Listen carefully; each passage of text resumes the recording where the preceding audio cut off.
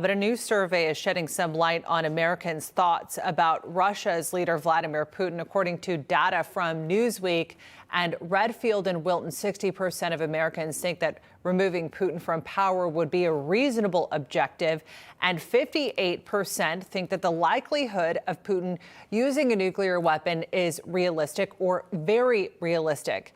As Americans get ready to head to the polls in just more than a week, there is every possibility that we could see a shift of balance of power in Washington, D.C. from the Democrats to Republicans. And while the crisis in Ukraine is a humanitarian one that no one can deny, would a change of power, what would that do to the United States' involvement in the region? Joining us now is New York Congresswoman Claudia Tenney. Congresswoman, we appreciate you being here.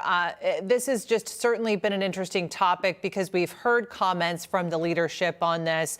A lot of attention has been paid to House Minority Leader Kevin McCarthy's comments about not writing a blank check for Ukraine. Now, is that more about transparency when it comes to where this money is going, or does that indicate to you that the United States may not be shelling out tens of billions of dollars, that there may not be an appetite for that within the Republican Party? What I think he's concerned about is the accountability. And there's been some indicators that some of the funds that the American taxpayers have put up to assist Ukraine and also our allies, critical allies like Poland, who have taken millions of refugees, provided humanitarian aid to Ukrainians fleeing this war-torn zone because of this unprovoked war by Vladimir Putin, who appears to obviously is diabolical, has taken shifting positions. You know, he said they'll use every means necessary, including the possibility of nuclear war. We recently said that they wouldn't be doing that, but you really can't trust Putin because he seems very isolated. He's got his closest advisors are all the only people that seem to be surrounding him. He is trying to conscript even women and others to fight this war that nobody really seems to want to fight. And the Ukrainian people keep standing strong. But we have seen some evidence that this money isn't going where it's supposed to be. We also have supply chain issues. So the resources that we're trying to get to Poland and allies and others to fight this war for us is, not putting our U.S. troops on the ground, which I oppose. We want to see the accountability before any more money goes in there. And I think Kevin McCarthy has seen the concern there. And that's what I think the major focus of his comments are. And there is a contingency, I guess, within the Republican Party or among House Republicans, Congresswoman, that I had spoken with Congressman Andy Biggs, Congressman Ralph Norman. Not only are they trying to balance the budget going forward, having more oversight on spending and wanting to cut spending as part of the GOP's commitment to America, but they have a different outlook on this because of what they're hearing from their constituents that are saying Americans are hurting right now from inflation. They're paying high gas prices. There's nothing that's being done really in Congress to secure the border, and that would maybe perhaps change with a Republican majority.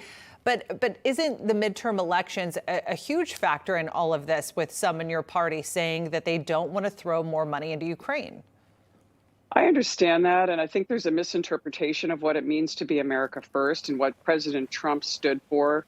And I know a lot of them and many of us are allies of his policies. He was strong. He rebuilt our economy. He created energy independence and gave us strength to leverage and negotiate that around the world, particularly with Russia, which is why it is my conclusion that if we had this strong policy and President Biden had continued that instead of creating a war on energy, we wouldn't see the situation we have in Ukraine where people like Vladimir Putin and diabolical dictators like Putin feel emboldened to go in and actually invade a country in modern day Europe. This is unprecedented in our modern era. We thought, World War II would be the end of this.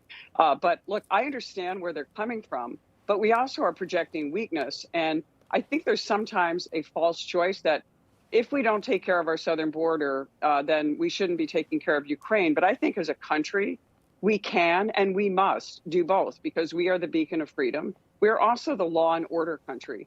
And so while the Biden administration refuses to give the resources to the southern border, what do? We just let everybody die in Ukraine and not deal with this issue.